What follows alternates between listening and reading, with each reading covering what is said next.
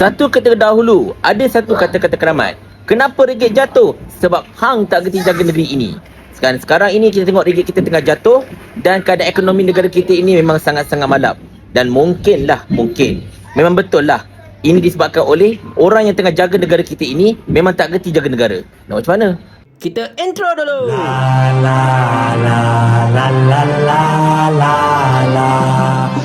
Assalamualaikum warahmatullahi.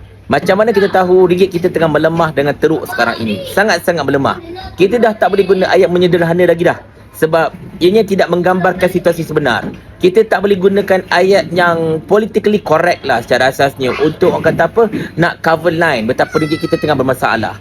Sekarang saya tengah berada dekat Lotus Banting tau. Dan basically-nya memang Lotus Banting ini ketika orang banyak duit pun tak berapa ramai orang datang. Sekarang ni apatah lagi, sangat-sangat kurang sebenarnya. Tetapi itulah, nak macam mana? Inilah realiti yang tengah berlaku dekat negara kita pada ketika ini. Tapi itulah, bila kita ajukan benda ini kepada pihak yang berautoriti ke ataupun pakar-pakar ekonomi cek makan ke, mereka akan pasti menyalahkan keadaan di Amerika Syarikat yang OPR-nya tengah melambung tinggi menyebabkan ringgit kita melemah pada ketika ini. Tetapi tuan-tuan sekalian, sebenarnya ringgit yang melemah itu tidak disebabkan oleh kenaikan OPR dekat Amerika semata-mata tau.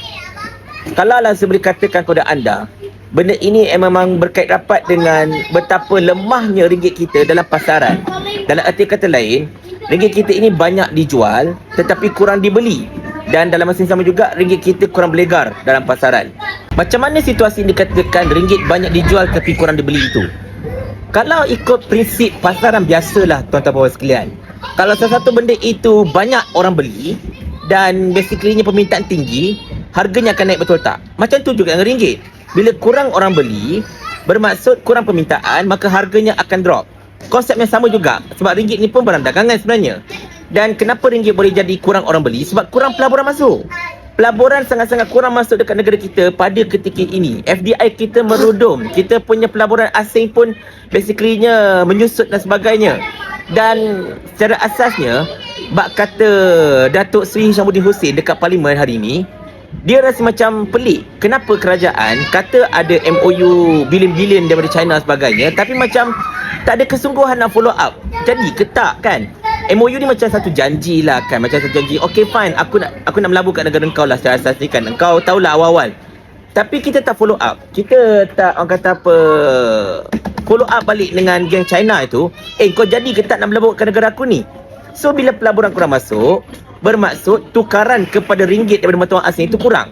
Bila tukaran itu kurang, bermaksud ini akan menyebabkan kita punya ringgit tu akan jadi makin lama makin kurang permintaan. So harga dia akan drop lah.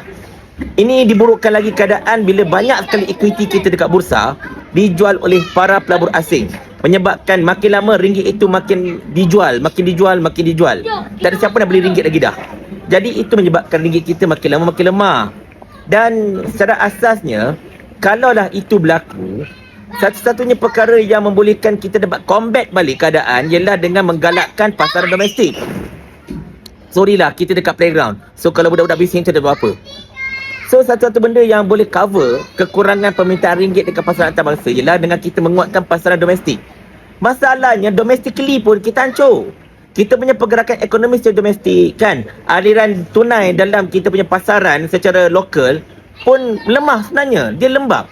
Ini disebabkan oleh, orang kata apa, polisi kerajaan pada ketika ini yang hendak menyebabkan rakyat makin lama makin kurang dapat berbelanja, mengurangkan kos beli rakyat atas alasan nak menurunkan kadar inflasi.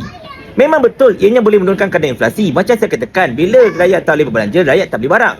Bila rakyat tak beli barang, then barang itu kurang permintaan. Bila barang itu kurang permintaan, maka harga dia akan drop. Tetapi benda itu lama kelamaan akan menyebabkan kita punya production pun slow.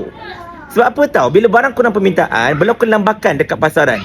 So production pun akan diperlahankan atau dihentikan sebab banyak lagi stok dekat pasaran sekarang ni. So rakyat pun boleh tak ada duit, dia tak membeli. Duit tu tak berjalan. Lama kelamaan ini akan menyebabkan kita punya cash flow domestik akan jadi slow, production kita akan slow. Jadi apa yang berlaku ialah kita punya pengeluaran pun berkurang dan ini menyebabkan kita punya KDNK makin lama makin drop. Sebab tu KDNK kita menyusut daripada 5.6% suku pertama kepada 2.9 suku kedua. Dan saya cukup takut nak tahu berapakah sebenarnya KDNK untuk suku ketiga ni. Saya tahu lagi rendahnya masalahnya. Jadi itu antara benda yang kita nampaklah sebenarnya. Apa silap kerajaan pada ketika ini? Mereka sudah salah polisi. Memang apa yang mereka buat itu ada dalam buku teks ekonomi, tetapi kadang-kadang kita kena kaji adakah ia sesuai ataupun tidak untuk kita laksanakan sesuatu prinsip ekonomi itu pada ketika-ketika tertentu. Sebab kalau tak sesuai, no point juga. Betul tak? Jadi itu yang kita nampaklah sekarang ini, dan insya-Allah pada video yang akan datang kita akan cuba ceritakan kepada anda tentang apa sebenarnya yang kerajaan boleh buat untuk pastikan kita punya ekonomi okey, kita KDNK pun naik, dan yang paling penting sekali ringgit kita stable. Tetapi kalau kerajaan tetap dengan cara seperti ini, macam mana polisi mereka buat sekarang ini, memang secara terus terang ekonomi kita akan makin makin palap. Apatah lagi kata-kata daripada pengurusi Ringgit Plus, iaitu Yuan Teck Seng, kalau tak salah nama dia, minta maaf. Dia kata sekarang ini rakyat banyak berjimat cermat, tak nak berbelanja. Bila rakyat tak nak berbelanja, habislah duit tak berjalan dalam pasaran. Bila duit tak berjalan dalam pasaran, inilah jadi dia ekonomi kita makin lama makin lembab.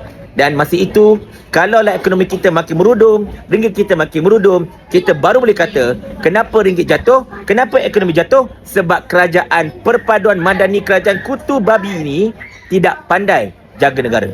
Dan kepada puak-puak ini, kalaulah mereka tak kerti-kerti lagi, saya cuma ada satu soalan saja untuk mereka. Mau tak tuan hamba kalau hamba kirimkan ke akhirat?